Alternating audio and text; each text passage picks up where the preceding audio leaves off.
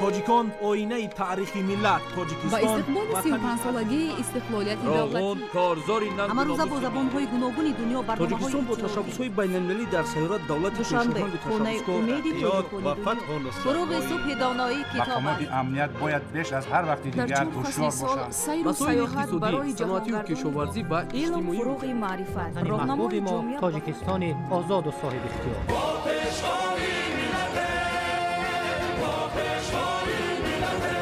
دوست باشید، اتفاق باشید، شکرانه همین دولت کنید، شکرانه همین سرزمین کنید، شکرانه کنید که چنین وطن عزیز و محبوب دارید.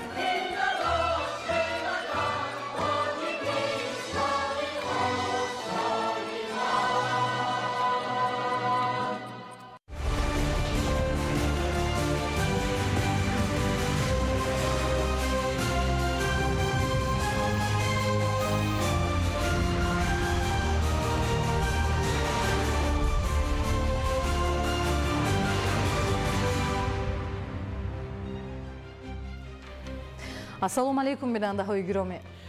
нашри муфассали барномаи иттилоотии ахборро аз телевизиони тоҷикистон мустақиман манзуратон мегардонем. бо дастуру супоришҳои президенти ҷумҳурии тоҷикистон пешвои миллат муҳтарам эмомалӣ раҳмон 7 август сарвазири ҷумҳурии тоҷикистон қоҳир расулзода бо ҷараёни корҳои сохтмонӣ бартарафсозии оқибатҳои офати табиӣ бунёди хонаҳои истиқоматӣ дар ноҳияи тоҷикободу рашт шинос шуданд. гузориши ҳамкорони мо дар ин хусус. 7 август сарвазири ҷумҳурии тоҷикистон қоҳир расулзода бо ҷараёни корҳои сохтмонӣ бартарафсозии оқибатҳои офати табиӣ бунёди хонаҳои истиқоматӣ дар ноҳияҳои тоҷикободу рашт шинос шуд. нахуст сарвазири мамлакат аз рафти корҳои сохтмони хонаҳо ба оилаҳои аз офати табиӣ зарардида дар маҳаллаи навбунёд дар наздикии деҳаи сабзазори ҷамоати деҳоти лангаришоҳ шинос шуд. зимни шиносоӣ бо ҷараёни корҳои сохтмонӣ иттилоъ дода шуд ки дар деҳаи навбунёд бунёди 36 хонаи истиқоматӣ бомаром идома дошта корҳои сохтмонӣ дар арафаи анҷомёбӣ қарор доранд. зимни вохӯрӣ бо мардуми зарардида таъкид шуд ки бо дастури сарвари давлат ҳамаи хонаҳои вайрону валангоршуда бо маблағгузории ҳукумати ҷумҳурии тоҷикистон ва ҷалби соҳибкорону дигар шахсони ватандӯст сохта шуда то ҷашни истиқлоли давлатӣ ба истифода дода мешаванд. дар асоси дастур супоришҳои пешвои муаззами миллат тамоми масъулаи сохтмонӣ ба зарардагони офатҳои табиӣ дастрас карда айни замон дар 164 манзили истиқоматӣ қисман ва 33 манзили истиқоматӣ пурразарда корҳои сохтмонӣ идома дорад. дар 33 манзили истиқоматӣ пурразарда 97% корҳои сохтмонӣ ба охир расида дар рӯзҳои наздик ба пуррагӣ ба итмом расонида мешавад. дар 164 манзили истиқоматӣ қисман зарарда бошад. айни замон дар 151 манзили истиқоматӣ то пӯшондани болопӯши бом корҳо ба анҷом расонида шуда дар рӯзҳои таҷлили ҷашни истиқлолияти давлатии ҷумҳурии тоҷикистон тамоми манзилҳои истиқоматии шаҳрвандони аз офатҳои табиӣ зарарда ба аҳолии зарарда тақдим карда мешаванд. дар идомаи сафар сарвазири мамлакат қоҳир расулзода дар деҳаи бӯстон 6 хонаи истиқоматии оилаҳои пурра зарардида ва 3 хонаи истиқоматии оилаҳои қисман зарардида аз офати табииро ба истифода доданд. зикр гардид ки дар 26 хонаи истиқоматӣ корҳои сохтмонӣ идома дошта дар арафаи анҷомёбӣ қарор доранд.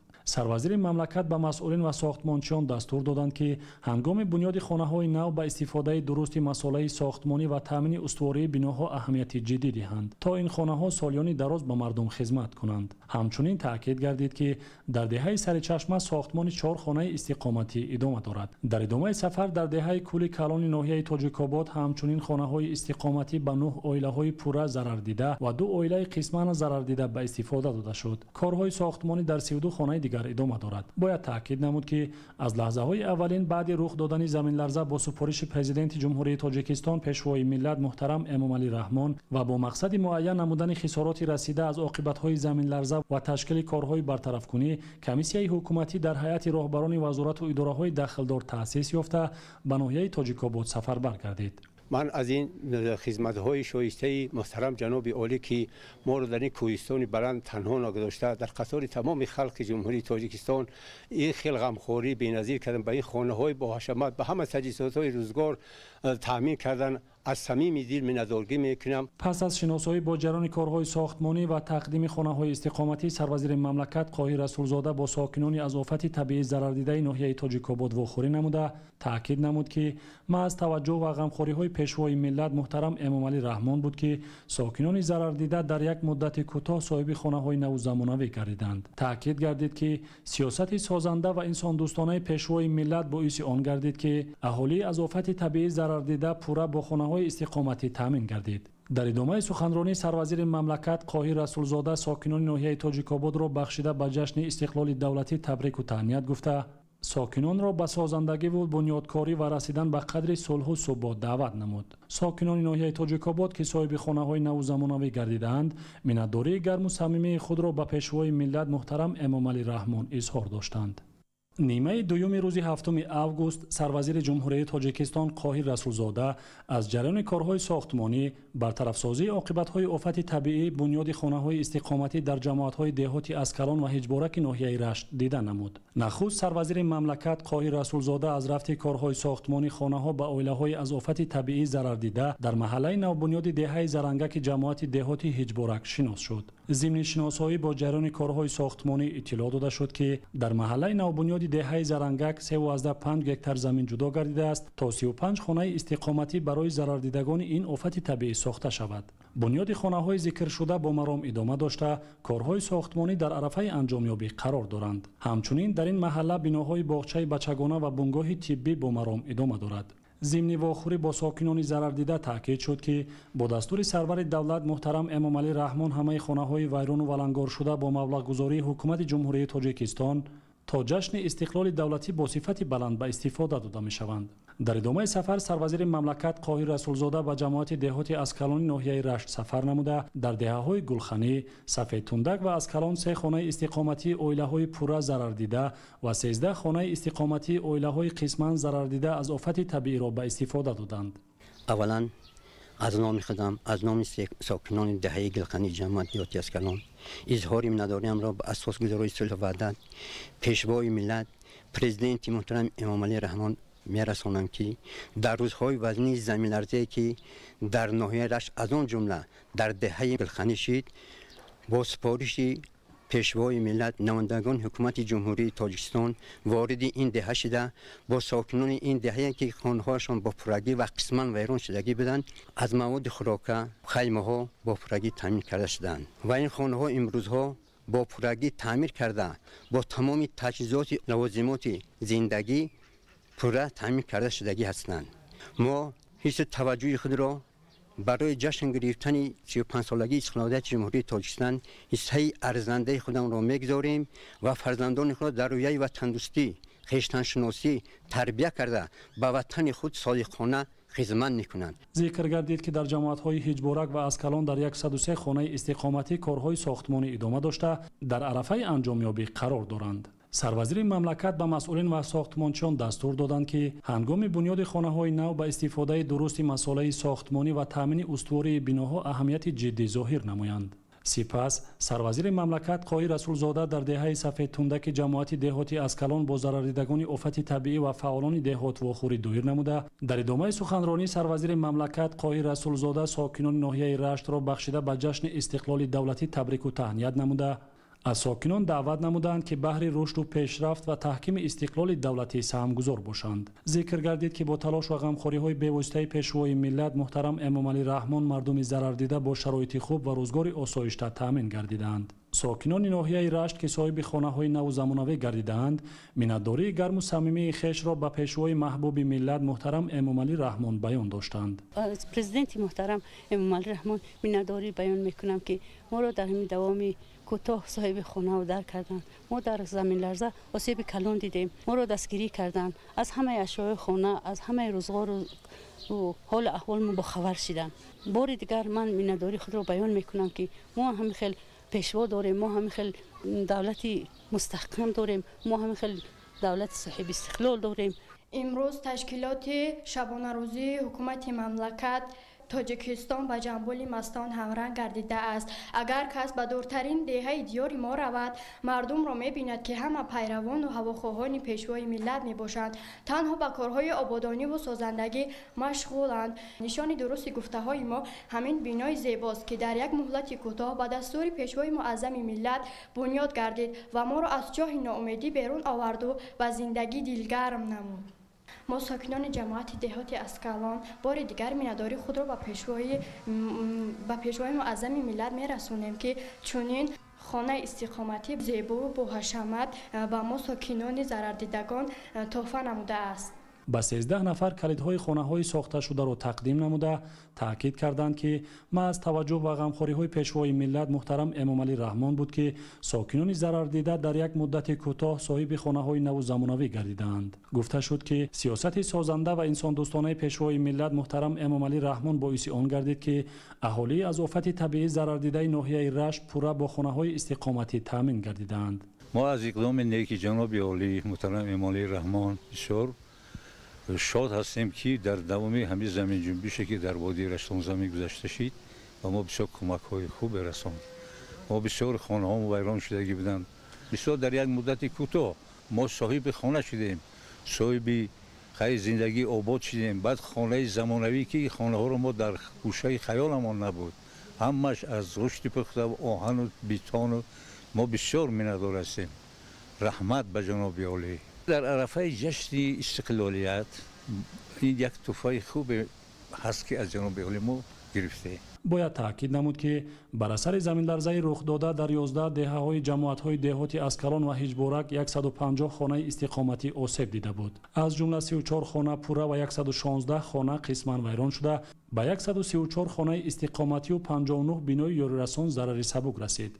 از لحظه‌های اولین بعد رخ دادن زمین لرزه با سفارش پرزیدنت جمهوری تاجیکستان، پیشوای ملت محترم امامعلی رحمان و با مقصد معین نمودن خسارات رسیده از عاقبت‌های زمین لرزه و تشکیل کارهای برطرف کنی کمیسیای حکومتی در هیئت راهبران وزارت و اداره‌های داخلدار تأسیس یافته به ناحیه رشت سفربر گردید و پهلو به پهلو با ساکنان محل عاقبت‌های زمین لرزه رخ داده را برطرف نمودند. идомаи ахбор. истиқлоли давлатӣ гаронарзиштарин неъмат, ифтихору номуси ватандорӣ ва нишони возеҳи ҳувияту худшиносии миллист. дар шароити кунунӣ муҳимияти ин ганҷинаи муқаддас бештар гардида, ҳифзи он дар раванди пурпечутоби ҷаҳонишавӣ аҳамияти хосро касб намудааст. шарҳи ҳамкорони мо. истиқлолият арзишест ки ба ормони ҳазорсолаи миллати мо табдил ёфта буд ва гаштҳои таърихии солҳои 90 ин имкониятро барои миллати тамаддунофари тоҷикон фароҳам сохт.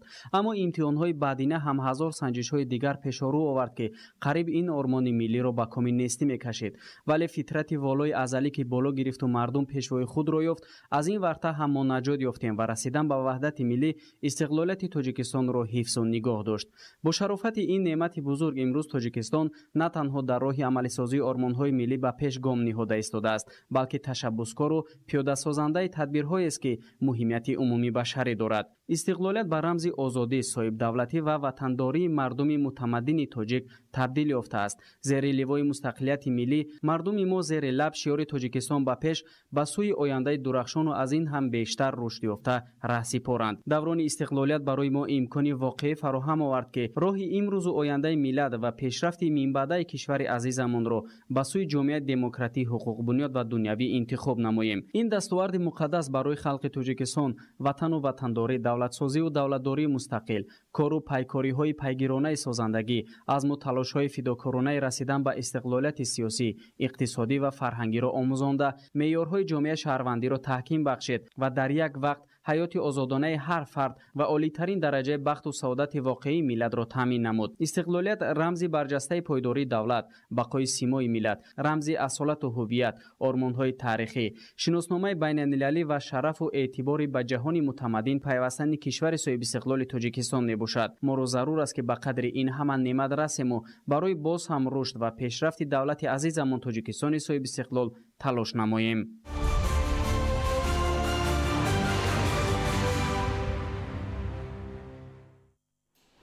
تامین طلبات اویلا با مواد غذایی، ذخیره محصولات گوناگون کشاورزی برای دوره تیر ماه و زمستان و فراوانی بازار با استفاده از قطعه‌های نزد حولگی امکان پذیر بوده. این روند برای تامین امنیت عضوقباری مملکت نیز مساعدت میکند. گزارش همکارانمون ادامه بخش همین موضوع است. طی سالهای اخیر مسئله استفاده ثمرناک و عاقلانه ذخیره‌های طبیعی از جمله آب و زمین همچون عامل اساسی رشد ساحه کشاورزی در مرکز توجه سیاست دولت قرار دارد. با در نظر داشت اهمیت این سمت در جماعت دهات حیات نوی ناحیه یاوان با اشتراک مسئولین، متخصصان ساحه، نمایندگان خواجگی‌های دهقانی و فعالان روز کشادی صحرایی برگزار گردید. مقصد از راه اندازی نمودن تدبیر مذکور از بلند برداشتن معرفت کشاورزان در استفاده درست ذخیره‌های آب و زمین، پیشگیری خالیمانی زمین‌های نزد حولگی، خواجگی‌های یاری رسان و زمین‌های نزد مؤسسه و تشکیلات‌ها عبارت بود. تجربه عملی استفاده تکنولوژی‌های پیشرفته کشاورزی، رعایت قاعده‌های اگرتکنیکی، استفاده نوری‌های مینرالی و مبارزه با حشرات ضرررسان از موضوع‌های دیگری واخوری امروزه ارزیابی شد. خواجگیداران ناحیه یاوان درک کردند که استفاده برای درست از هر یک قطعه زمین این پیش از همه برای نیک احوالی زندگی خودشان این چنین تامین نمودن بازار ناحیه و بازار داخلی جمهوری خیلی مساعدت میکنند. به همین خاطر ساکنان با یک ذوق بلند هر یک وجب قطعه زمین را ثمرناک استفاده برده هستند. با اطلاع مسئولین با اینوبت افضلیتناک بودن سمت پختکاری در ساحه کشاورزی مملکت و نقش مهم آن در تامین استواری اقتصاد دهات در ناحیه یاوان با پختکاری توجه خاصه ظاهر می‌گردد. مخصوصاً امسال در ناحیه با نظر داشت تغییریابی اقلیم پخته با اصول زیر پیلیانکا با طور وسیع راه اندازی شد که به نظر متخصصان این روند برای گرفتن حاصل فراوان و بروقتی و صرفه ذخیره‌های آب مساعدت می‌کند. تطبیق سریع چاره‌بینی‌های اگرتکنیکی در اکثر قطعه‌های کشت نتیجه خوب به بار آورده حاصل صحرا فراوان ارزیابی می‌شود. امروزها در اکثر قطعه‌ها شکفتن پخته به مشاهده می‌رسد و کشاورزان به موسم نوی غنوچین حاصل با تمام ظرفیت آماده شده امید دارند که امسال نیز نتیجه‌های نظررس به دست می‌آید. در ناحیه یاوان 10485 گکتار کشتی پخته راه مانده شده است که 2550 گکتار کشتی زیر پیلیانکا می باشد. نشونمای پخته بسیار خوب است. حاصلناکی از هر یک گکتار کشتی زیر پیلیانکا تا 35 40 و حتی تا 50 سانتی موجود است و کشتی عادی باشد عنعنوی باشد تا 27 سانتی طبق اپروباسیون معین کرده شده است. ساکنان ناحیه یاوان در پرتو نتیجه‌های مثبت زحمت خود و فراوان حاصلی زراعت پرورش شده رشد زمین استفاده بری را نه تنها وسیله مهمی بالا بردن سطح زندگی بلکه زمینه استوار برای رسیدن به نیک و احوالی اجتماعی و اقتصادی شماریده آن را همچون رکن مهم ترقیات دهات ارزیابی می نمایند.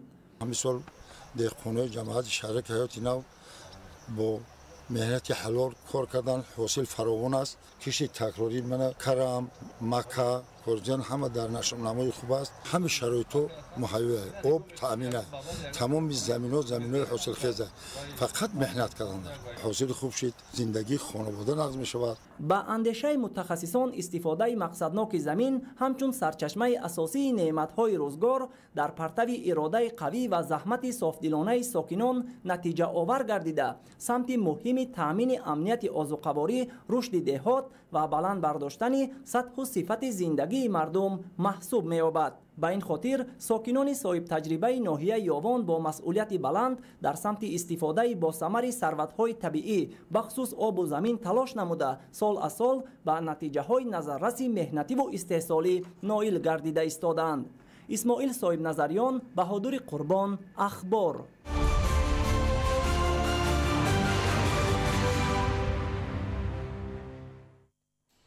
با مقصد سزاوار استقبال نمودن جشن 35 سالگی استقلال دولتی در ناحیه واسع بنیاد 408 انشاءات گوناگون تعیینات نقشه‌گذاری گردیده تا کنون 318 انشاءات مورد بهره برداری قرار داده شده در انشاءات باقی مانده کارهای ساختمانی ادامه دارد.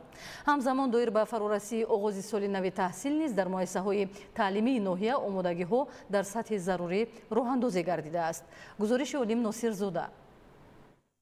суръат бахшидани раванди корҳои сохтмонӣ, вусъати тадбирҳои ободонӣ, таъсиси ҷойҳои нави корӣ, афзоиши ҳаҷми истеҳсолот ва ба маротиб беҳтар гардонидани сатҳи некуаҳволии сокинон дар ноҳияи восеи вилояти Хатлон аз иқдомҳои муҳиму шоистаи мақомоти иҷроияи ҳокимияти давлатии ноҳия маҳсуб меёбад, ки дар партави ташаббусҳои ҳукумати мамлакат татбиқ мегарданд. ҳадафи асосӣ бо чунин суръату сифати баланд ҷараён ёфтани корҳои бунёдӣ дар доираи истиқболи шоистаи ҷашни 35-солагии истиқлоли давлатӣ ба фароҳам сохтани шароити арзандаи таҳсили муҳассилин, кору хизматрасонӣ дар бахшҳои мухталифи хоҷагии халқи ноҳия ва таъмини зиндагии шоистаи мардум нигаронида шудааст. дар доираи нақшаи пешбинишудаи бунёди иншооти ҷашнӣ дар ноҳияи восеъ дар соҳаи маориф 28, тандурустӣ 27 ва дар соҳаи саноат 81 иншоот мебошад. нақшаи мунфаршсозии роҳҳои мошингард ки 50 километр муайян гардида буд, бар зиёд иҷро гардида, бо саҳмгузории сокинону соҳибкорони ватандӯст таъмиру бунёди роҳҳои автомобилгарди сатҳи маҳаллӣ бо маром идома дорад. طبق معلومات ҳоло дар ноҳия таъмири ҷорӣ муассисаҳои таълимӣ то давраи оғози соли нави таҳсил беш аз 90% иҷро гардида, раванди омодагиҳо дар марҳилаи анҷомёбӣ қарор доранд. масъулони муассисаи таҳсилоти миёнаи умумии рақами 11 ҷамоати деҳоти тугараки ноҳияи восеъ низ бо саҳмгузориҳои соҳибкорон ва сокинони маҳаллӣ бинои муассисаро пурра аз таъмири ҷорӣ бароварда, бо дастрас намудани мизу курсиҳо, тахтаҳои таълимӣ ва дигар таҷҳизоту аёниятҳои зарурии муосир ба соли нави хониш ҳамаҷониба омодагӣ дида истодаанд. ҳамзамон тирезаҳои тамоми синфхонаҳоро пурра иваз намуда дар муассиса корҳои таъмири асосӣ ба анҷом расида, рангуборнамоӣ ва дигар ҷузъиёт дар самти ободониҳо идома доранд. бахшида ба ҷашни 35-солагии истиқлоли давлатии ҷумҳурии Тоҷикистон бо ғамхории ҳукумати ҷумҳурии Тоҷикистон, вазорати маориф ва илми ҷумҳурии Тоҷикистон дар назди бинои муассисаи таҳсилоти миёнаи умумӣ рақами 11 ноҳияи восеъ бинои иловагӣ иборат аз 12 синфхона бо тамоми шароитҳои замонавӣ сохта мавриди истифода қарор дода шуд ва имсол бо ташаббуси собиқ хатмкардагони муассиса дару тирезаҳои муассиса, тахтаҳои синфӣ, мизу курсиҳо пурра иваз карда шуда, таъмири дохили синфхонаҳо бо маром рафта истодааст. ҳоло дар ноҳияи восеъ 75 муассисаи таълимӣ фаъолият дорад, ки 3338 нафар омӯзгор ба таълиму тарбияи 58345 нафар муҳассилин ҷалб шудаанд. ҳамзамон дар деҳаи навободи ҷамоати деҳоти тугарак дар назди муассисаи таҳсилоти миёнаи умумии рақами 12 бунёди бинои иловагӣ иборат аз 13 синфхона бо 320 ҷойи нишаст дар назар дошта шуда, ояндаи наздик корҳои сохтмонӣ оғоз меёбанд. бунёди чунин синфхонаҳои иловагӣ дар дигар ҷамоатҳои деҳоти ноҳия низ нақшагузорӣ гардида است. айни замон бо мақсади омодагиҳои ҳамаҷониба ба соли нави таҳсил тамоми тадбирҳои зарурӣ роҳандозӣ шуда, корҳои амалӣ дар ин самт татбиқ шуда истодаанд. олим носирзода, хуршеди нодирхон, ноҳияи восеъ, ахбор.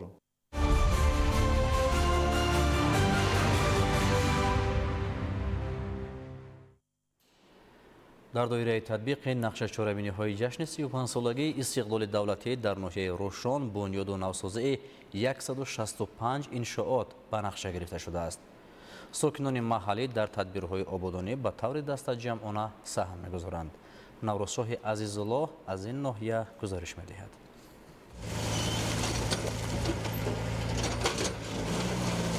сокинони деҳаи Шидзи ноҳияи Рӯшон азм гирифтанд, ки роҳи деҳаро то роҳи аҳамияти байналмилалӣ доштаи Душанбе, Кӯлоб, Хоруқ навсозӣ намоянд.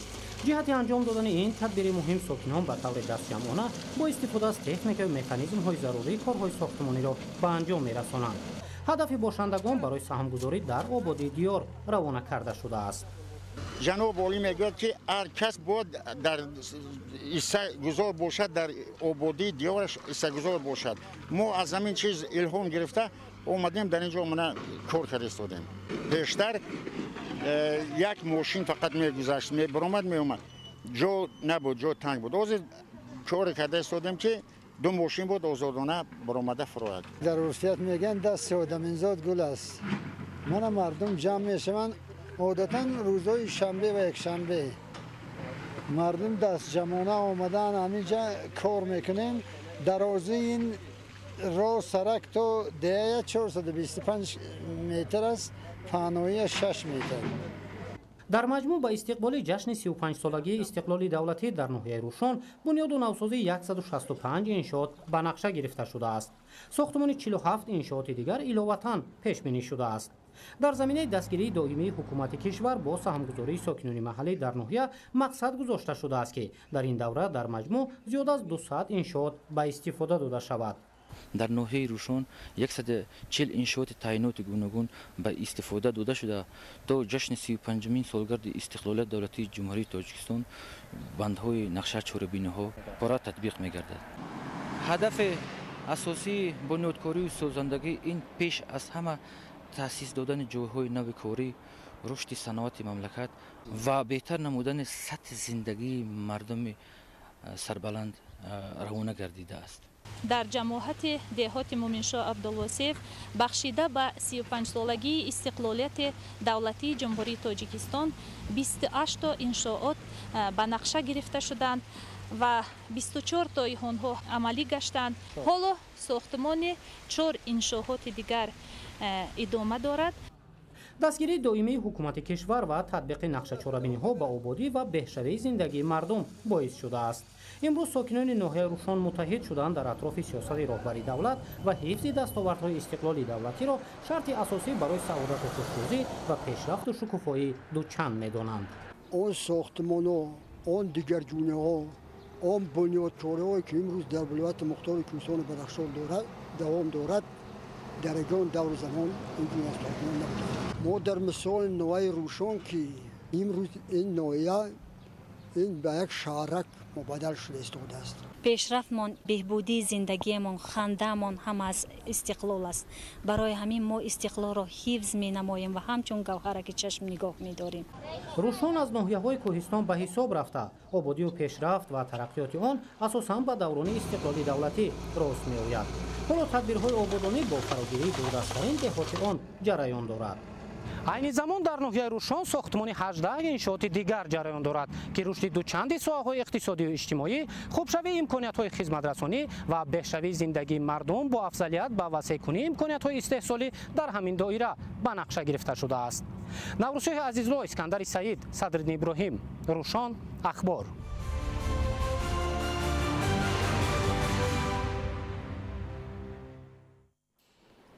امروز در قصر فرهنگ ناحیه شهرستان ملاقات گروه کاری کمیته اجرایی حرکت وحدت ملی و احیای تاجیکستان با ساکنان ناحیه برگزار شد. شرح بیشتر در تهیه فردوس عمروف و آرزو معروف‌ها.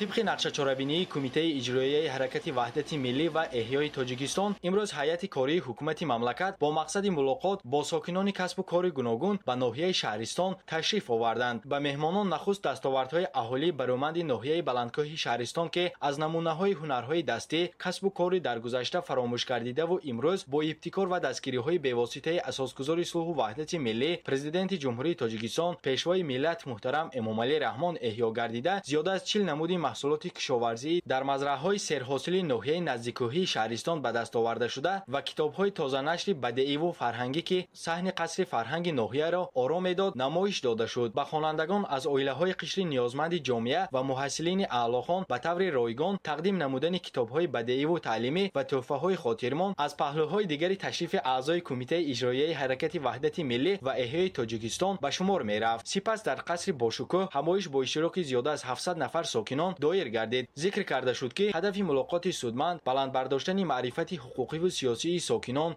تحکیم و گسترش خودشناسی ملی و وطن دوستی، ارزش‌گذاری به ارزش‌های عالی وحدت و استقلال ملی معنی داد می‌گردد. گفته شد که وحدت در زندگی انسان در حیات او نقش محوری و با ارزش دارد. صلح و آسایش، استقلال و آزادی و وحدت ملی پدیده‌هایی است که در آن تمام مظفریت‌های زندگی تجسم یافتند. وحدت این همدلی، اتحاد، همبستگی، صلح، کامیابی و سر بالای ملت، نبض جامعه و نهایت تحکیم بخشنده و تشکل دهنده دولت و دولتداری است.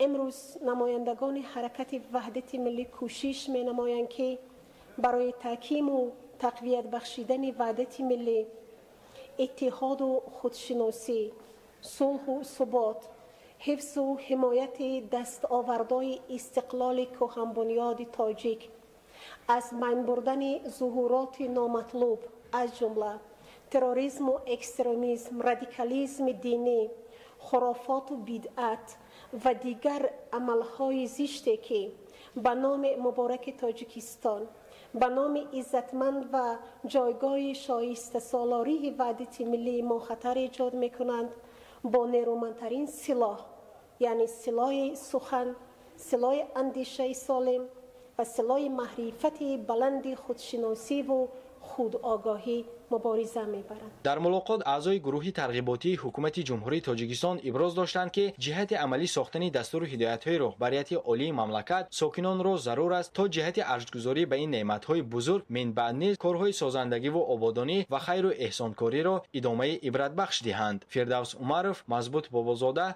آرزو معروفov، ناحیه شهرستان، اخبار.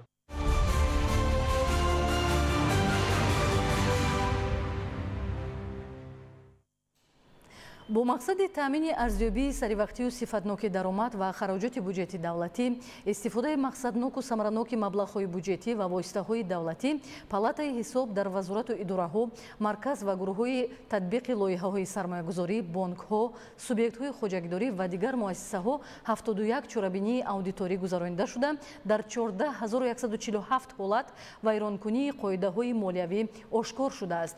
Дар ин хусус масъулини палатаи ҳисоби ҷумҳурии Тоҷикистон имрӯз зимни нишасти матбуотӣ ба доираи васеи хабарнигорон иттилоъ дод. Натиҷаи чорабиниҳои аудиторӣ муайян намуд, ки ба камбудию норасоиҳои молиявӣ хусусан дар вазорати тандурустӣ ва ҳифзи иҷтимоии аҳолӣ ва сохторҳои он, агентии таъминоти амволи махсус ва сохторҳои он, раёсати сохтмони асосии назди вазорати маориф, муассисаи давлатии коллеҷи фарҳанги ҷумҳуриявӣ дар ноҳияи рӯдакӣ роҳ дода шудааст. Барои таъмини арзёбии истифодаи самаранок ва мақсадноки маблағҳои буҷетӣ дар ин давра чорабиниҳои аудиторӣ оид ба баҳодиҳӣ ба ташаккул ва иҷрои қисми даромад ва хароҷоти буҷетҳои маҳаллӣ дар шаҳри Душанбе, ноҳияҳои Исмоили Сомонӣ, Файзобод, ноҳияҳои Абдураҳмони Ҷомӣ ва Мир Саид Алии Ҳамадонии вилояти Хатлон ва ноҳияи Шуғнони вилояти Мухтори Кӯҳистони Бадахшон низ гузаронида шуданд. Зимни он қоидавайронкуниҳои молиявӣ ба маблағи 14,2 миллион сомонӣ муайян ва барқарор карда шуд, иттилоъ дода шуд дар ҳамоиши хабарӣ. дар 6 моҳи аввали соли 2025 гардиши тиҷорати хориҷӣ ба 4 миллиарду 747 миллион доллар баробар шуд, ки нисбат ба ҳамин давраи соли гузашта беш аз 273 миллион доллар зиёд мебошад. ин нуктаро имрӯз зимни нишасти матбуотӣ масъулини хадамоти гумруки назди ҳукумати ҷумҳурии Тоҷикистон ба хабарнигорон иттилоъ дод. дар нимсолаи якуми соли 2025 нақшаи пардохтҳои гумрукӣ ба маблағи 5 миллиарду 98,6 миллион сомонӣ пешбинӣ гардидааст, ки дар ин самт нишондодҳо самароваранд. аз таҳлилҳо бармеояд, ки сабаби асосӣ бар зиёд иҷро гардидани нақшаи пардохтҳои гумрукӣ дар маҷмӯъ амалӣ намудани дастуру супоришҳои президенти ҷумҳурии Тоҷикистон, пешвои миллат муҳтарам Эмомалӣ Раҳмон оид ба рақамикунонии соҳа ва дар ин раванд такмил додани низоми маъмурикунонии гумрукӣ ба ҳисоб меравад, таъкид шуд дар нишасти хабарӣ. хадамоти гумрук минбаъд низ фаъолияти худро дар самти густариши муносибатҳои байналмилалӣ ва рушди устувори фаъолияти иқтисодии хориҷӣ тақвият бахшида, ҷиҳати ноил шудан ба мақсадҳои асосии мақомоти гумрук тадбирҳои зарурӣ хоҳад андешид, гуфта шуд дар нишасти матбуотӣ. сокинони сарбаланди ноҳияи кӯҳистони Мастчоҳ бо шукргузорӣ аз фазои орому осудаи ватан, ҳифзи истиқлолу дастовардҳои он ва бо дарки масъулияти шаҳрвандии худ дар ҷамъомади мудофиаи ҳудудӣ ва санҷиши омодабошии захираҳои сафарбарӣ фаъолона ширкат варзиданд. гузориши ҳамкасбонамон аз маркази матбуот ва иттилооти вазорати мудофиаи ҷумҳурии Тоҷикистон. истиқлоли давлатӣ бузургтарин дастовард барои давлат ва мардуми Тоҷикистон ба ҳисоб меравад, ки дар ин давраи таърихӣ кишвари азизи мо таҳти сиёсати хиратмандонаи пешвои миллат муҳтарам Эмомалӣ Раҳмон ба дастовардҳои бузургу арзанда ноил гардидааст. бо самимияту сарфарозӣ метавон зикр кард, ки шаҳрвандон бо масъулият ва ифтихору ғурури миллӣ барои арҷгузорӣ ба ин ҳама дастоварду музаффариятҳои даврони соҳиб истиқлолӣ ва ҳифзи якпорчагии марзубуми ватан доимо омода мебошанд. бо дарки баланди масъулияти ватандорӣ имрӯз маркази ноҳияи кӯҳистони Мастчоҳ, шаҳраки Меҳрон фазои идона дошт ва ҳама бо тантанаву шодӣ аз меҳри бепоёни худ нисбат ба ватан мегуфтанду садоқати худро дар ин роҳи пуршараф нишон медоданд, зеро онҳо сарҷамона ва бо рӯҳияи садоқату сарсупурдагӣ дар ҷамъомади омодагӣ ба мудофиаи ҳудуди ноҳия иштирок намуда иброз доштанд ки чун имрӯз ҳамеша дар сафи мардони муҳофизи ватан қарор доранд ва баҳри ҳимоя аз шаъну шарафи ҳамватанони хеш дар ҳама гуна вазъият омода мебошанд. сардори истоди генералии қувваҳои мусаллаҳи ҷумҳурии тоҷикистон, роҳбарияти мақомоти иҷроияи ҳокимияти давлатӣ ноҳияи кӯҳистони мастҷоҳ ва дигар шахсони масъул бо ҳайати шахсии сафороста ва қувваҳои эҳтиётии артиши миллӣ дар ин ноҳия аз наздик суҳбат намуда бо ҳолати омодагӣ, донишу ҷаҳонбинии сиёсӣ ва сатҳи тайёрии ҳарбии онҳо шинос гардиданд. зимни суханронии худ дар назди ҳозирин масъулин аз натиҷаҳои ба даст омада дар самти мудофиаи ҳудудӣ ва омодагӣ ба сафарбарӣ ки чунин чорабиниҳо тибқи нақша давоми сол тамоми шаҳру ноҳияҳои ҷумҳуриро дар бар мегирад изҳори қаноатмандӣ намуда ин омилро нишонаи возеҳи омода будани шаҳрвандони дар эҳтиёт қарор дошта ба иҷрои вазифаи конститутсионӣ ва дарки рисолати фарзандӣ дар назди модар ватан арзёбӣ карданд. умуман дар ин чорабинӣ баргузор гардида сокинон аз ҳама қишри ҷомеа ва ҳатто даъватшавандагони даъвати тирамоҳии соли ҷорӣ ки аз 1 октябр ба хизмат дар сафи қувваҳои мусаллаҳи ҷумҳурии тоҷикистон сафарбар карда мешаванд ширкат варзида бо ифтихори ҷавонмардона ва ҳамчун сарбозони содиқи ватан шурӯъ аз ин рӯз омодагии худро барои хизмат ба халқу ватан собит намуданд. аз иштироки ин гурӯҳи ҷавонон дар ҷамъомади мазкур сокинони ноҳия бо сарбаландӣ қайд карданд ки мо ифтихор дорем ки чунин фарзандони содиқу далери ватан ба камол мерасанд ва ба ҳифзи истиқлолу амният ва суботи давлат омода мебошанд. даъватшавандагон ва он падару модароне ки айни ҳол фарзандонашон ба ҳайси сарбоз дар сафи артиши миллӣ хизмат менамоянд бо сипосномаҳои вазорати мудофиа сарфароз гардонида шуданд. ҷамъомади мазкур бо таҳлили масъалаҳо дар самти санҷиши омодагӣ, захираҳои сафарбарӣ, омодагии шаҳрвандон ба мудофиаи ҳудудӣ ва ташкили бомароми чорабиниҳои даъвати шаҳрвандон дар давлати тирамоҳӣ дар истоди минтақавӣ ҷамъбасту натиҷагирӣ карда шуд.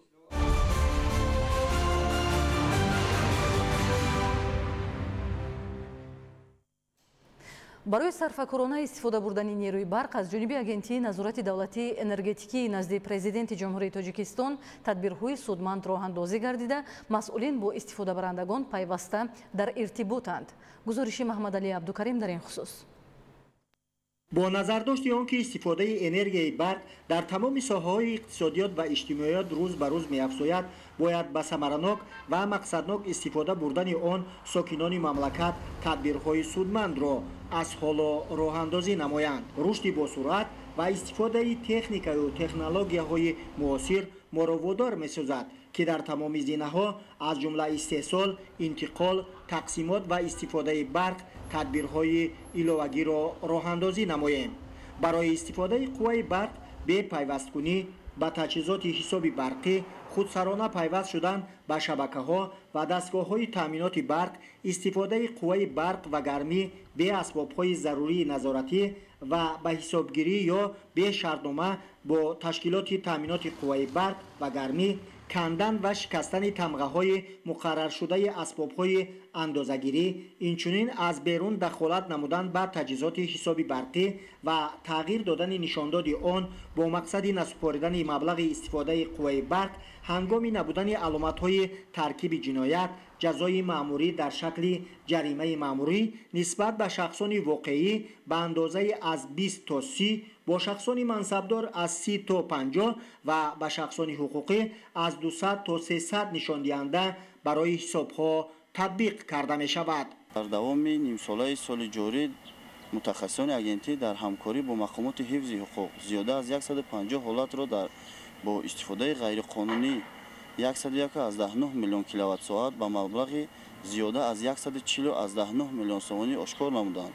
дар як вақт аз кормандони агентӣ давоми 6 моҳи соли ҷорӣ мустақилона санҷишҳо доир карда 272 ҳолати вайронкунии қоидаҳои истифодабарии энергияи барқ ва гармиро дар ҳаҷми 6 миллион киловаттсоат энергияи барқ ба маблағи 4.3 миллион сомонӣ ошкор намуданд. аз тарафи нозирони агентӣ дар давоми 6 моҳи соли 2025 нисбати 416 нафар масъулони хоҷагии барқ протоколҳои ҳуқуқ вайронкунии маъмурӣ ба маблағи 297,000 сомонӣ тартиб дода шудааст. ҳамакнун яке аз вазифаҳои асосии хадамоти назорати давлатии энергетикӣ ки мақоми ваколатдори ҳукумати ҷумҳурӣ оид ба назорат дар соҳаи энергетика мебошад, назорати истифодаи сабараноки нерӯи барқ ва додани тавсияҳо оид ба кам кардани хароҷоти ғайриистеҳсолии қувваи барқ мебошад. дар ин робита хадамоти давлатии назорати энергетикӣ самти фаъолиятро дар масъалаи истифодаи ғайримақсадноки нерӯи барқ таҳким мебахшад.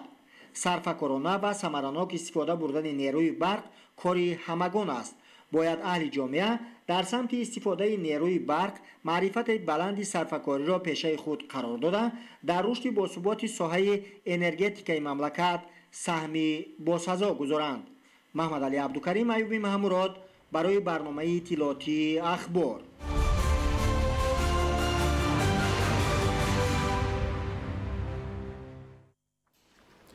бо мақсади назорати муфассали вазъи радиатсионӣ, амнияти аҳолӣ ва муҳити зист, пешгӯии таҳдидҳои эҳтимолии радиатсионӣ ва андештани чораҳои саривақтӣ, ҳамзамон таҳияи атласи харитаҳои радиатсионии ҳудудҳои Тоҷикистон дар назди агентии амнияти химиявӣ, биологӣ, радиатсионӣ ва ҳастаии Академияи миллии илмҳои Тоҷикистон озмоишгоҳи нав ифтитоҳ шуд. гузориш дар ин хусус. дар назди агентии амнияти химиявӣ, биологӣ, радиатсионӣ ва ҳастаии Академияи миллии илмҳои Тоҷикистон озмоишгоҳи нави харитасозии радиатсионӣ ба фаъолият оғоз намуд. вобаста ба талаботи замон озмоишгоҳи нав бо барномаи муосири компютерӣ муҷаҳҳаз шуда барои таҳияи харитаҳои дақиқи радиатсионӣ бо истифода аз маълумоти аксбардории гамма, ченкунии қувваи доз ва координатсияи GPRS таҳия шудааст. харитаҳои тавассути ин озмоишгоҳ таҳия гардида имкон медиҳанд ки назорати муфассали вазъи радиатсионӣ амалӣ гардад, амнияти аҳолӣ ва муҳити зист таъмин шавад ва ба таҳдидҳои эҳтимолии радиатсионӣ чораҳои саривақтӣ андешида шавад. пас аз коркард намудани маълумотҳо мо харитаҳои гуногуни радиатсиониро ба даст меорем. масалан дар атрофи маҳфузгоҳҳои партовҳои радиоактивӣ ки дар шимоли ҷумҳурии Тоҷикистон мавҷуд ҳастанд, мо муайян месозем ки дар кадом минтақа фони радиатсионӣ мӯътадил аст ва дар кадом минтақа фони радиатсионӣ баланд аст, то дар он ҷо корҳои солимгардонӣ ё ин ки корҳои маҳдудгардониро анҷом диҳем. масъулин ифтитоҳи озмоишгоҳи мазкурро қадами муҳими таҳкими низоми амнияти радиатсионии миллӣ маънидод намуда, технология ва таҳқиқоти илмии ба даст омадаро барои баланд бардоштани дақиқӣ ва самаранокии мониторинги вазъи радиатсионӣ муҳим арзёбӣ намуданд. озмоишгоҳи нави харитасозии радиатсионӣ дар назди агентии амнияти химиявӣ, биологӣ, радиатсионӣ ва ҳастаии Академияи миллии илмҳои Тоҷикистон ба як бахши калидӣ дар низоми амнияти радиатсионӣ табдил хоҳад ёфт ва ба татбиқи сиёсати давлатии ҳифзи радиатсионӣ ва амнияти экологӣ мусоидат мекунад. гуфта шуд ки истифодаи усулҳои муосири таҳлили додаҳо ва технологияи геоиттилоотӣ имкон медиҳад ки сифати пешгӯиҳо беҳтар ва хатарҳо коҳиш дода шаванд. дар асоси ин озмоишгоҳ таҳияи атласи харитаҳои радиатсионии ҳудуди Тоҷикистон дар назар дошта шудааст.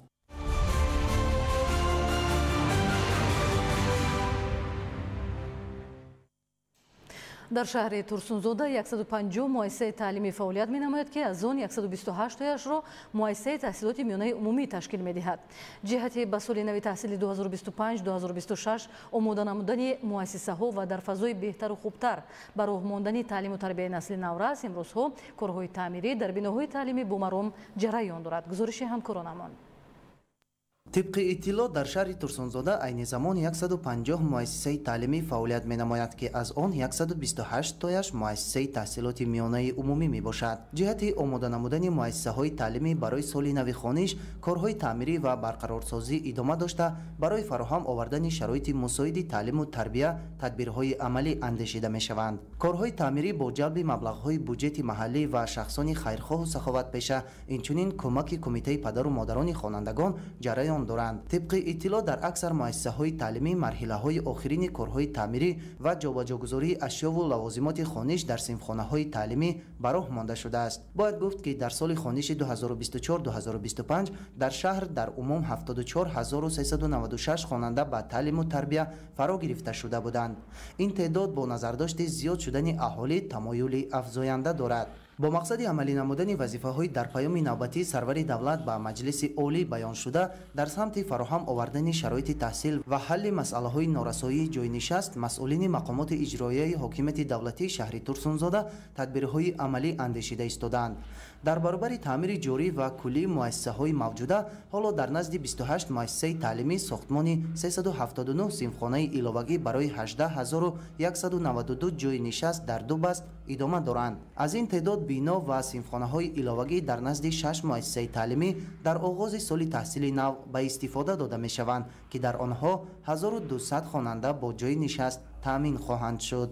در پیروی به اقدام‌های سازنده و تطبیق سیاست معارف پرورانه راهبری دولت، اهل معارفچیان شهر ترسونزاده کارهای آمادگی را برای آغاز سال تحصیل 2025-2026 ادامه می‌دهند و در سمت بنیاد و به استفاده دادن بناهای نوی تعلیمی و صفتاً خوب به راه ماندن روند تعلیم تدبیر اندیشی می‌کنند.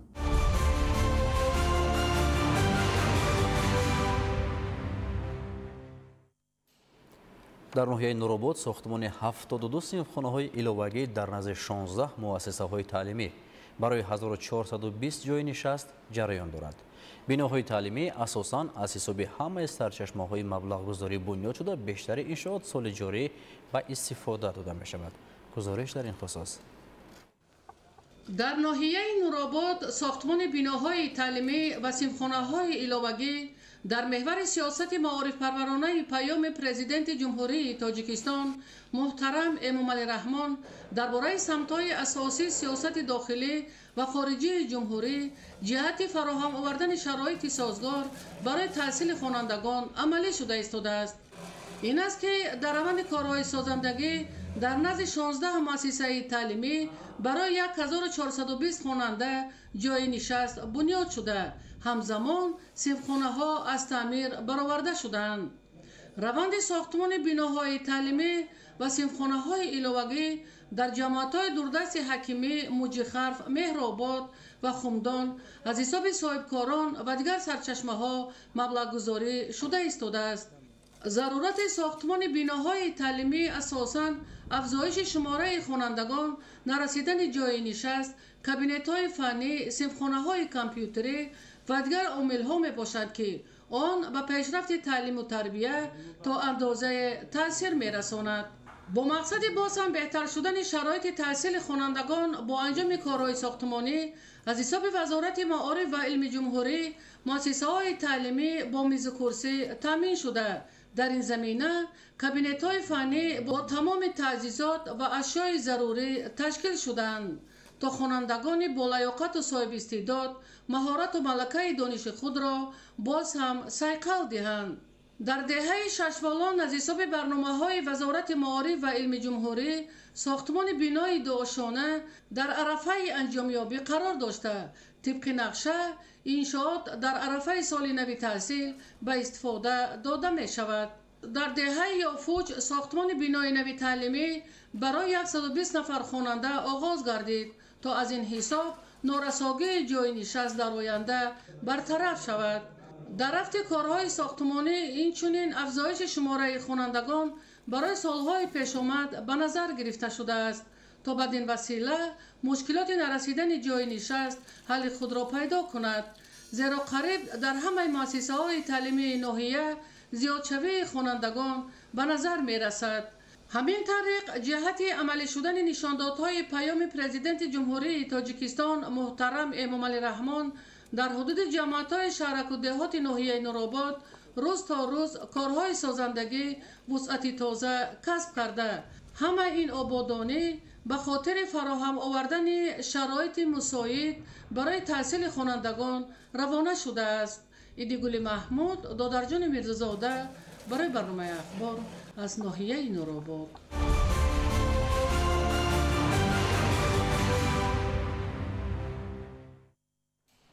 бо ҷалби кормандони соҳаҳои ҳифзи муҳити зисти шаҳру ноҳияҳо сокинон ва ҷалби техника дар шафати роҳи душанбе бӯстончаноқ иқдоми оммавии тозагии шафати роҳ анҷом дода шуд.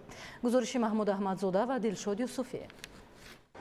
роҳи обод ва селаи саривақт ба ҷои лозима расидан интиқоли молу маҳсулот буда ҳамарӯза тариқи роҳи душанбе бӯстон чаноқ сайёҳон меҳмонону мусофирон ба самти пойтахти мамлакат ва аз ҷануб ба шимол ҳаракат менамоянд. дар баъзе маврид ронандагону мусофирон партовҳои маишии зарфҳои пластикиро ба берун мепартоянд ва дар қисматҳои аҳолинишини канори роҳ партофтани бозмондии масолиҳи сохтмонӣ, алафҳои хушкида ҳусни мавзеи канори роҳро коса мегардонад.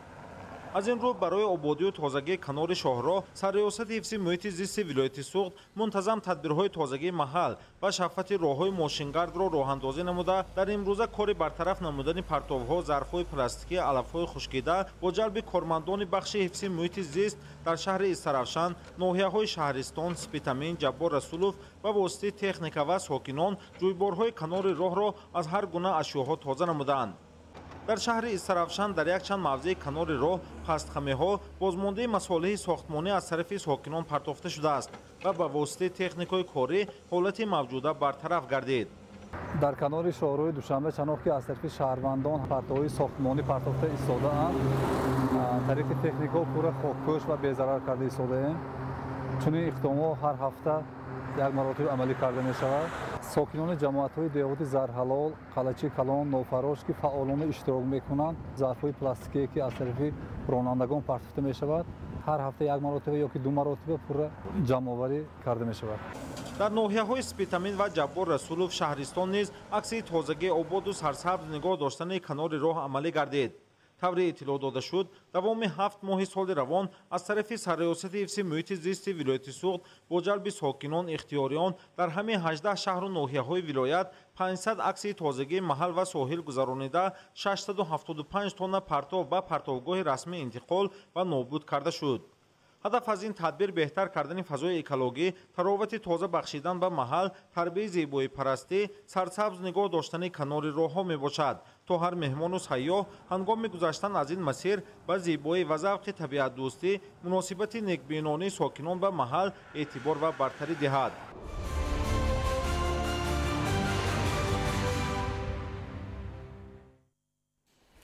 дар ҳамин ҷо нашри муфассали барномаи иттилоъотии ахбор ба анҷом мерасад. хайр, саломат бошед.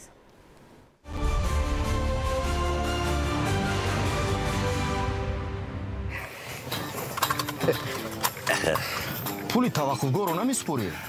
дигар намепурсӣ ки чанд соат дар ин ҷо истода будем? ҷура, ман акнун тарофаи солона дорам. дигар ҳоҷати пардохтҳои алоҳидагӣ ва ба ёд гирифтани вақти омаду рафт нест. бо тарофаҳо барои як ҳафта, як моҳ, 3 моҳ, 6 моҳ ва 1 сол дар ҳама таваққуфгоҳҳо осон ва бемушкил мошинатонро нигоҳ доред. тафсилоти бештар дар сомонаи neru.tj.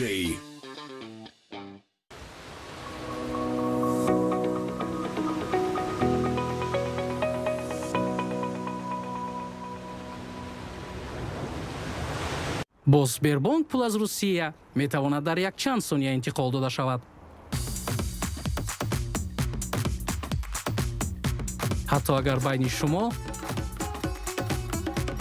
ҳазорҳо километр бошад.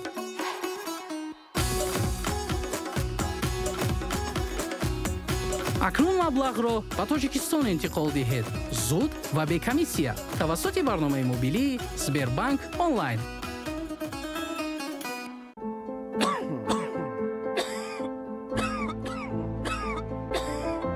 шумо сулфа шудед ва он шуморо нороҳат мекунад. шарбати брамисол сулфаро рафт, нафаскаширо озод, хушкии гулӯро бартараф мекунад.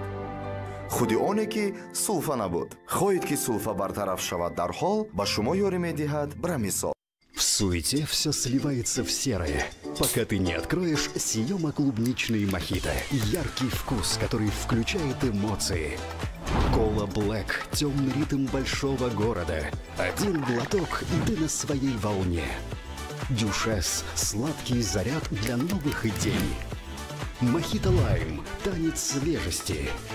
Вдох, и ты уже двигаешься по-новому. А если все на паузе?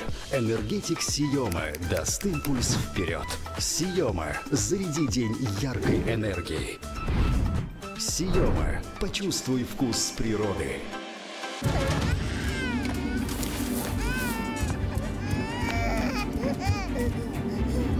Ни одной маме не будет спокойно, когда плохо ее ребенку. Пардифен Kids можно применять с 6 месяцев. Он помогает при температуре, а еще он снимает боль, даже зубную. Пардифен Kids. Ребенку не больно, и мама спокойна. Продукция компании Vega Farm. ҷамъияти дорои масъулияташ маҳдуди хишти сабук бо истифода аз технологияи муосир хишт блокҳои газобетонӣ ва автоклавиро барои мизоҷон пешниҳод мекунад. хиштҳо дар сатҳи стандарти ҷаҳонӣ омода шуда ба гармиву сардӣ тобовар, камхарҷ ва хусусияти маҳдудкунии садоро доранд. ба устувории хиштҳои сабук кафолат мегирад. ҳама гуна андоза барои фармоиш қабул карда мешавад. суроға ноҳияи рӯдакӣ, ҷамоат шаҳраки Мирзо Турсузода, деҳаи Истиқлол 2. телефон барои тамос 888 88 66 44 93 422 24 66.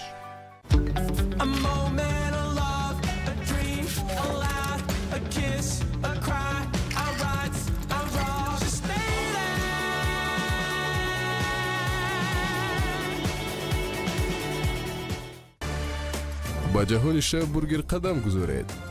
акнун бо соуси лаззатбори барбекю танҳо дар KFC. имрӯзҳо дар бисёре аз кӯдакон норасоии калсий дида мешавад ва агар шумо дар кӯдаки хеш чунин аломатҳо ба монанди заифии умумӣ, натиҷаи ғайриқаноатбахш дар таҳсил, зуд хасташавӣ, калсий норм ба фарзанди шумо кӯмак мекунад. калсий норм маҷмӯи беназири калсий ва витамини D3 барои мустаҳкам кардани устухонҳо, дандонҳо ва афзоиши қад. аз дорухонаҳо пурсон шавед. ҳангоме ки офтоб равшантар медурахшад ва рӯзи гарм моро ба эҳсосоту саёҳат мебарад. як қадра тропик, ҳама чиз равшантару тропикӣ мешавад. маззаи тару тозаи тропик бо киви мисли таровати тобистон аст. як лаҳза, як эҳсос. бигзор дигарон ҳам эҳсос кунанд. тропик, худро дар фазои тропикӣ эҳсос кун. амбрагут балғамро тунук карда ба осонӣ аз шуш мебарорад. роҳҳои нафас ва шушро тоза мекунад. таъсири зидди уфунӣ дорад. масъулияти баданро баланд мекунад. амбрагут шуморо на танҳо аз суфа, балки аз шубҳаву гумонҳои бад низ наҷот медиҳад.